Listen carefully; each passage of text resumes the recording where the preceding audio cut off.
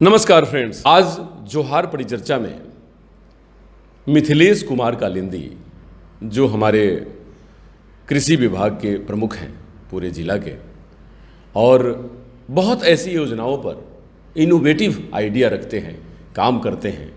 कई एक बार जब हम लोग इनसे मिलते हैं तो क्षेत्रवार इनकी बड़ी भ्रमण होती है और किसानों के साथ एक ऐसा संबंध बनाकर काम करते हैं जिससे लगता है कि डिस्ट्रिक्ट में कृषि के ऊपर कई एक ऐसे चरणबद्ध तरीके से विकास की योजनाओं पर कि जिला में ये विभाग बहुत प्रमुख है। और इस प्रमुखता से काम करने वाले एक अधिकारी से बात आज की जोहार परिचर्चा में है। जैसे हम लोग किसानों को सिर्फ सिंचाई की सुविधा उपलब्ध करा दें तो निसंदेह यहाँ के किसान काफ़ी मेहनती हैं और अच्छा करेंगे। अगर सिंचाई की बात करेंगे तो यहाँ पर बहुत सारी परियोजनाएं भी चल रही हैं। अगर हम लोग अपने विभाग की बात करें तो मैं अभी जिला भूमि संरक्षण पदाधिकारी के रूप में भी कार्यरत हूँ। यहाँ से तालाब निर्माण, जिसका तालाब का जीर्णोद्धार एक कार्यक्रम है जिसमें हम लोग सरकारी तालाब और निजी तालाब का जीर्णोद्धार करते हैं।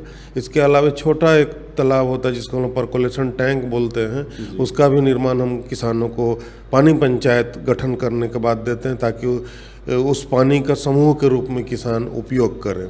इसके अलावा डीप बोरिंग भी सभी अनुदानित दर पर उपलब्ध है, किसानों को मुहैया करा रहे हैं और किसान काफ़ी रुचि ले रहे हैं, उत्साह के साथ भाग ले रहे हैं कि हम लोग को भी अगर पानी का सुविधा मिल जाए तो निसंदेह अच्छी तरह से खेती कर भी रहे हैं। जी, तो इसमें मतलब पानी की सुविधा अगर हम सब लोग मुहैया करवा दें तो बहुत सुंदर तरीके से वो खेती कर सकते हैं। कैश क्रॉप्स उनका या भी आमदनी जो खेती से है वो हो सकता है। लगभग ज़िले का हम लोगों का 40 से 50% आबादी कृषि पर निर्भर है। बाकी तो जॉब करते हैं, श्रमिक हैं और बहुत सारी चीज़ों में अपना मतलब रोजगार सृजन करते हैं। सर, किसानों की फैसिलिटीज़ के लिए आप लोगों ने पीछे कई एक कृषि यंत्र भी डिस्ट्रीब्यूट किए थे जिसका बड़ा लाभ मिला क्षेत्रों में। हम लोग जब विजिट किए तो उन लोगों को बड़ा मदद मिला है अपने आप को मजबूत करने में, आर्थिक रूप से भी और कृषि के दृष्टिकोण से भी। तो सर, क्या अभी ऐसी कोई योजना आने वाली है जिसमें यंत्र और षड्यंत्र जो आप लोग यंत्रों का वितरण वगैरह सब करने का ये हो? हमारा कृषि विभाग की अगर बात करें तो कृषि विभाग आत्मा की ओर से हम लोग लगभग 50% अनुदान पर हम लोग यांत्रिकरण या कह लीजिए कृषि यंत्र मुहैया कराते हैं किसानों को, और किसान काफ़ी रुचि लेकर के उसका फ़ायदा भी उठा रहे हैं। कई एक तरह का यंत्र है। अगर उसमें हम लोग रोटावेटर, जिससे हम लोग जुताई का कार्य करते हैं, वो भी उपलब्ध है। वो छोटा ट्रैक्टर जिसको रोटावेटर बोलते हैं। नहीं, रोटावेटर अटैचमेंट होता है हल जुताई के लिए। रोटावेटर कहते हैं जिसका काफ़ी डिमांड है। वह पंप सेट्स है, स्प्रेयर मशीन है, ये तो हम लोग का आत्मा के तरफ का हुआ। लेकिन अगर भूमि संरक्षण की बात करें, चूँकि उसमें बहुत सारे ह्यूज संख्या में किसान जुड़ते हैं, पानी पंचायत का गठन होता है तालाब से, छोटे तालाब से, उसके बाद बोरिंग से, तो उनको सरकार कह रही है कि अगर आप समूह में कीजिएगा तो आपको हम लोग ज़्यादा सब्सिडी देंगे। तो हम लोग उसमें 80% सब्सिडी में तो आपको हम लोग ज़्यादा सब्सिडी देंगे। तो हम लोग उसमें 80% सब्सिडी में मिनी ट्रैक्टर है, रोटावेटर है, पंप सेट्स है, स्प्रेयर मशीन है, धान काटने कुटाई की मशीन है, दाल मिल है, इस तरह की माने विविध प्रकार के हम लोग यंत्र किसानों को उपलब्ध कराते हैं और इस जिले के किसान आगे आ रहे हैं, इसकी यांत्रिकरण का फायदा भी उठा रहे हैं। जी सर, और एक विषय था कि इस महत्वपूर्ण विषय के साथ में कि किसानों को ऋण माफी का, जो किसान पहले ऋण ले चुके हैं या कृषि से संबंधित बहुत सारी खर्चों को उन्होंने किया है लेकिन अब वो उसको पे करने की तैयारी कर रहे हैं या उसमें अक्षम हैं, तो सर ऋण माफ़ी योजना जो सरकार ने चलाई है उसका बड़ा इम्पैक्ट लोगों पे पड़ रहा है। तो सर वो योजना का क्या अभी प्रारूप है और उस पर कितना काम हो रहा है? जैसा कि मैंने बताया कि यहाँ के किसान सभी लघु सीमांत किसान हैं, छोटे किसान हैं, और उनको अगर थोड़ा सा भी लोन की सुविधा मिल जाती है तो निसंदेह उनको बहुत ही सपोर्ट मिलता है। और जो साहूकार नाम का चीज़ है उससे काफ़ी परेशान रहा करते हैं किसान। तो इसमें हमारे जो बैंक हैं काफ़ी मदद कर रहे हैं, विगत दिनों में किए भी हैं। तो वर्तमान सरकार ने ऋण माफ़ी योजना का सूत्रपात किया और हमारे ज़िले से, पूर्वी सिंहभूम जिला से लगभग 44,000 किसानों को चिन्हित किया गया है जिनका ऋण माफ़ी किया जाना है। अब तक बैंक द्वारा 37,000 किसानों का डाटा को अपलोड किया है और 25,424 किसान बंधुओं ने अपना KYC करवा लिया है, जिसका ऋण माफ़ी का प्रक्रिया चल रहा है। और जो भी पेंडिंग डाटा जिसको अपलोड करना है बैंकों द्वारा, हम लोग की लगातार उनसे बात हो रही है। राज्य सरकार इसमें अलग से रुचि ले रही है। बैंकर्स कमेटी की मीटिंग होती है, उनमें भी उनको निर्देश दिया जा रहा है। आने वाले समय में बाकी जो बच्चे किसान हैं उनका हम लोग ऋण माफ़ी करने के लिए आगे कार्य करेंगे। हम लोग किसानों को कृषक गोष्ठी के माध्यम से और प्रचार प्रसार के माध्यम से भी किसानों को जागरूक कर रहे हैं कि आप जल्द से जल्द अपना KYC करवा लें ताकि आपका ऋण माफ़ी हो।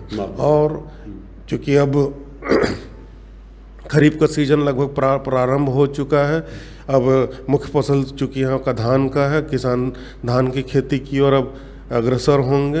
हम लोग बैंकों से भी रिक्वेस्ट किए हैं और बैंकों को भी इस वित्तीय वर्ष के लिए जो भी उपलब्ध हम लोगों के पास आवेदन आ रहा है, किसानों को हम लोग जागरूक कर रहे हैं भाई आवेदन करो और इस जो सरकार द्वारा चलाई जा रही है KCC लोन का, उसका फ़ायदा उठाओ। और बैंक भी मदद कर रहे हैं और निसंदेह किसानों को इस योजना का भी लाभ पहुँचे है। किसानों को काफ़ी लाभ मिला है इस योजना से। जी, बहुत बहुत धन्यवाद सर। एक विषय है सर है कि किसानों को रोजगार परक एजुकेशन और उनके फसल में ऐसी क्या क्या चीज़ें जोड़ने की आवश्यकता है जिससे कि वो कैश क्रॉप्स है, जैसे मान के चलिए कि वो तुरंत खेती करे, तुरंत पैसा मिल जाए या नुकसान से बचे किसान।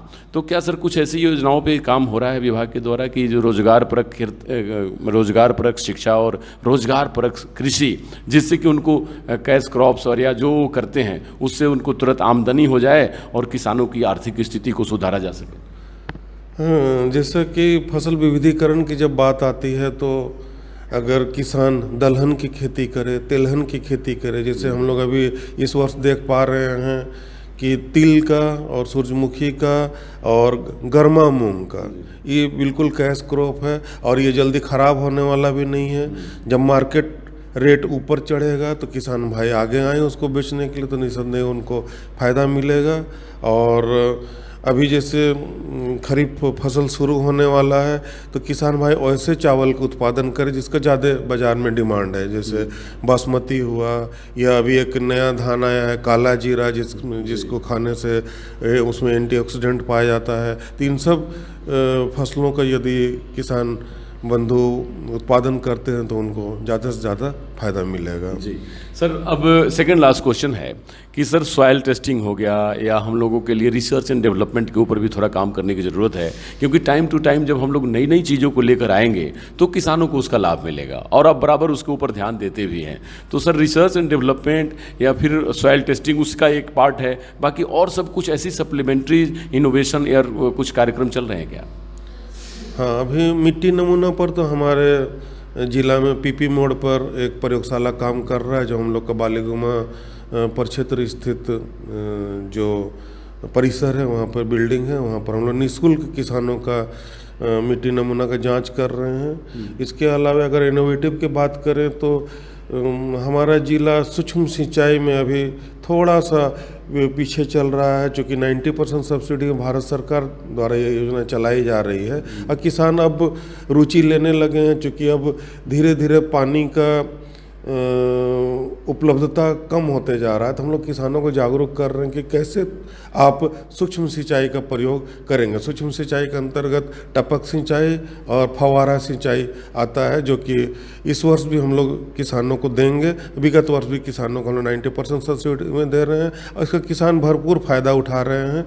और हम लोग किसानों को ही संदेश देना चाहेंगे, जो भी योजनाएँ सरकार चला रही हैं वो सिर्फ आपके लिए है। आप लोग जागरूक होइए और डायरेक्ट हमारे जो प्रखंड स्तर के पदाधिकारी कर्मी उनसे संपर्क में रहिए, हम लोगों के संपर्क में रहिए, हम लोग बराबर उनके लिए उपलब्ध हैं। जी, अब सर लास्ट क्वेश्चन कि सर पूरे ज़िला को देखते हुए, क्योंकि आपने बहुत अनुभव रखा है कृषि के ऊपर, तो कृषि से संबंधित जो युवा जुड़े हुए हैं, जो यूथ जुड़ा हुआ है, उन लोगों को क्या कहना चाहेंगे कि जिससे कि कल वही एक एक्सपीरियंस्ड किसान फार्मर होंगे और वही राज्य को मजबूत करने में काम आएंगे? तो युवा कृषक को क्या कहना चाहेंगे? हम लोग काफ़ी उत्साहित हैं देख करके कि अब पढ़े लिखे यूथ भी आ रहे हैं खेती बाड़ी की ओर।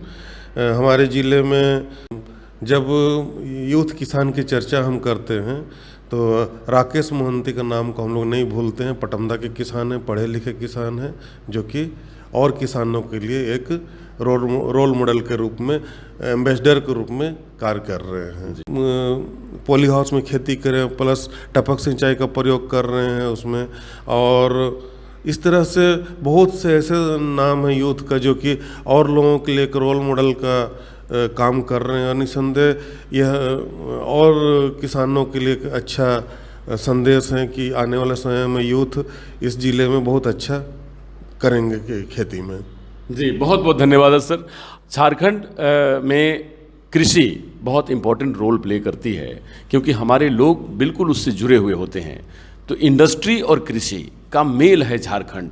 और जमशेदपुर या पूर्वी सिंहभूम में अगर हम ज़िले की बात करें तो उसमें मिथिलेश कुमार कालिंदी जी एज ए कृषि पदाधिकारी और एज ए फार्मर्स फ्रेंड के नाम से भी लोग इनको जानते हैं।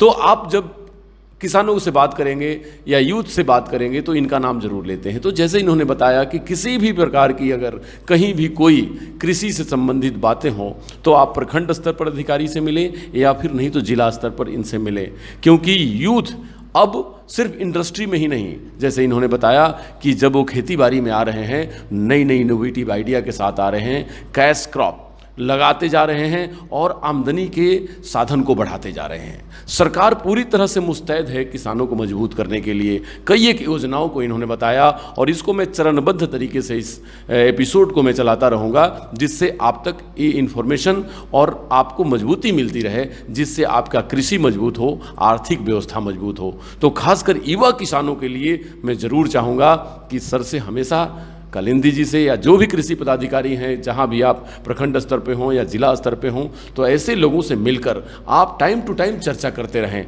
अपनी बातों को रखते रहें और उनसे आइडिया लेकर नए नए प्रयोग करते रहें, क्योंकि दुनिया एक प्रयोगशाला है और कृषि सबसे बड़ी प्रयोगशाला है।